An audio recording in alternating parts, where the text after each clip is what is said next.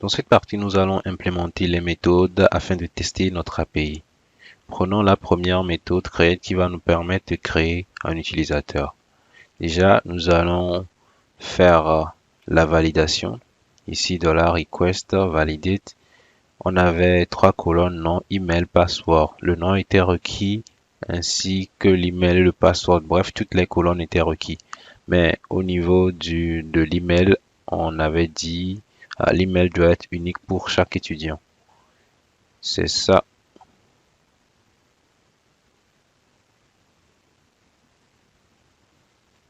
Ensuite, nous allons créer un objet de type étudiant. On va le nommer ici étudiant. Vous pouvez le nommer comme vous voulez. Étudiant égale à new étudiant.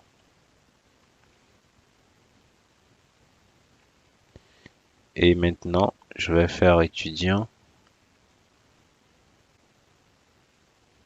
Non. Égale à $request. Non.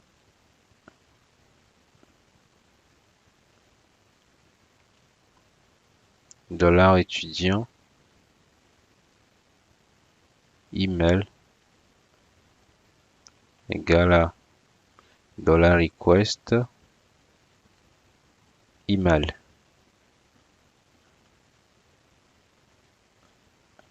Et enfin, étudiant. Password.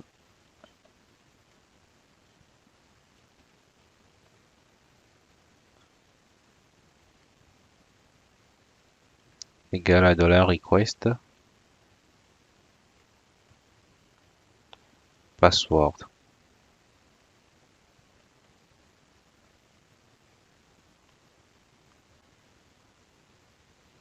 Déjà, avant d'aller plus loin, on peut aller au niveau de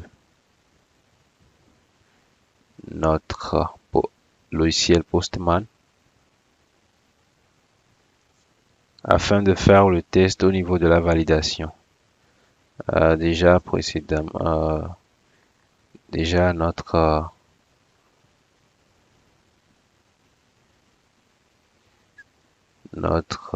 lien, notre URL c'est 127.0.0. N'oubliez pas, il y a /API et après /étudiant. Si vous n'écrivez pas /API ici, ça ne va pas marcher et vous aurez une erreur. Ici, notre requête, c'est une requête de type post. Si vous mettez un get et vous faites le test, vous verrez que ça va vous retourner des erreurs. Get method is not supported for this route. Supported methods post. Il nous dit que la méthode get n'est pas supportée pour cette route. Effectivement, c'est le cas. Nous allons revenir sur post et nous allons valider. Ici, nous renvoie une page HTML avec un statut 200. Ici, nous devons mettre quelques paramètres au niveau du header. Au niveau du header, faites attention. Ici, si vous ne mettez pas ce qu'il faut, vous risquez de perdre du temps à faire des tests inutiles. Ici, accept, ça doit être application.json. Ça le refuse de changer, je sais pas trop. Je vais décocher ça et puis je reviens ici, j'écris accept et je laisse compléter.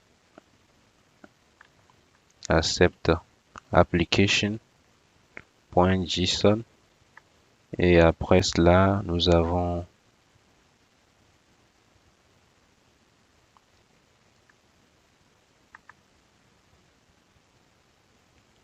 content type.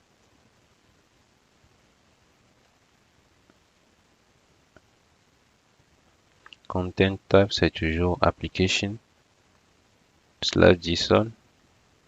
Et nous venons au niveau du body. Au niveau du body, nous allons mettre des champs ici. Je vais essayer de soumettre la requête. Vous voyez, je n'ai rien envoyé, alors il nous sort des erreurs, la validation, des erreurs de validation. Le nom requis, l'email requis ainsi que le mot de passe. Maintenant, je vais juste entrer quelque chose de bizarre comme ça. C'est toujours la même chose. Ici, moi, j'avais déjà préparé un petit, comment dire,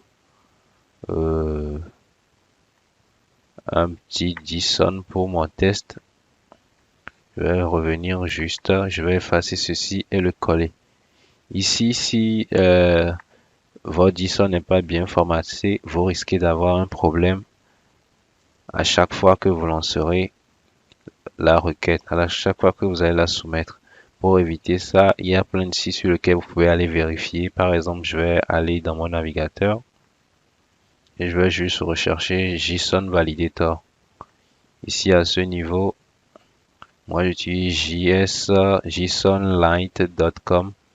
Ici, je viens coller mon JSON. Je peux mettre aussi quelque chose si je veux pour juste faire le test. Vous allez voir que ça ne va pas marcher. Vous voyez, ça me donne des erreurs ici. Ici, je vais effacer tout ça. Je vais coller mon JSON. Si c'est valide, vous verrez, oui, valide JSON. Ok, je vais retourner au niveau de Postman. Ici, au niveau de Postman, mon JSON étant valide, qu'est-ce que je vais faire? Je vais envoyer ça. Mais avant ça, je vais supprimer ça juste pour vous montrer que si vous n'envoyez pas tout, vous aurez toujours des erreurs de validation. Ici, je fais un CTRL Z ici et je vais envoyer ça. C'est bon.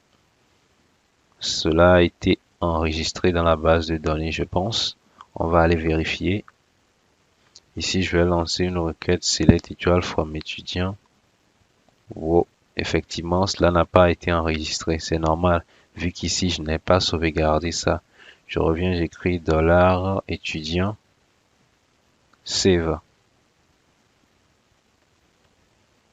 Save. Et c'est bon. Je vais retourner, lancer encore mon test ici. Je vais envoyer ça. Ok. Il m'a renvoyé une réponse 1. Ok, c'est bon à ce niveau avec cette réponse 1. On peut essayer de modifier la réponse pour avoir quelque chose de plus esthétique. Ici, je vais juste lancer un select equal from étudiant. Comme vous pouvez le voir, l'utilisateur a été bien enregistré. À ce niveau, c'est bon. Je vais juste remettre un petit message. Ici, je vais faire un return $response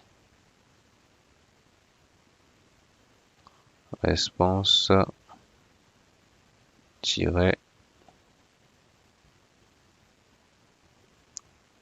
Ici, il n'y a pas de $. Si vous mettez, vous aurez une erreur. Response-JSON. JSON. Ok. Et là, on met nos petits crochets. Et je vais coller, je vais juste taper un message. Statut 1. Message étudiant créé avec succès. Je mets un point virgule ici, je sauvegarde.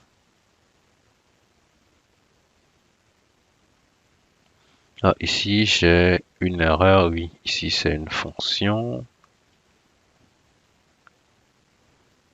Ok, c'est bon. Je vais juste commenter cette partie.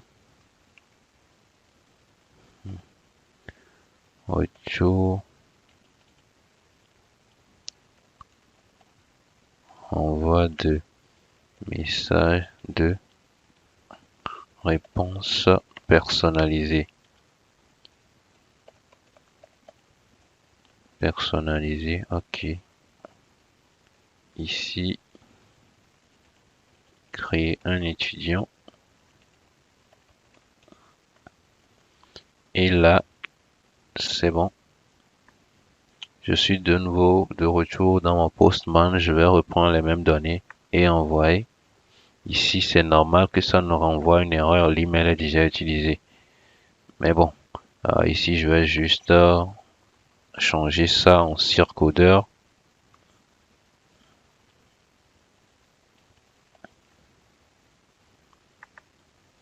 Je vais juste mettre circodeur@gmail.com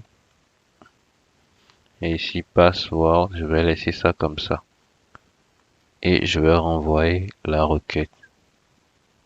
Là, vous voyez, nous avons notre message qui est retourné ici, étudiant créé avec succès, ainsi que notre statut 1. Bref, dans cette partie, nous avons vu comment créer un étudiant.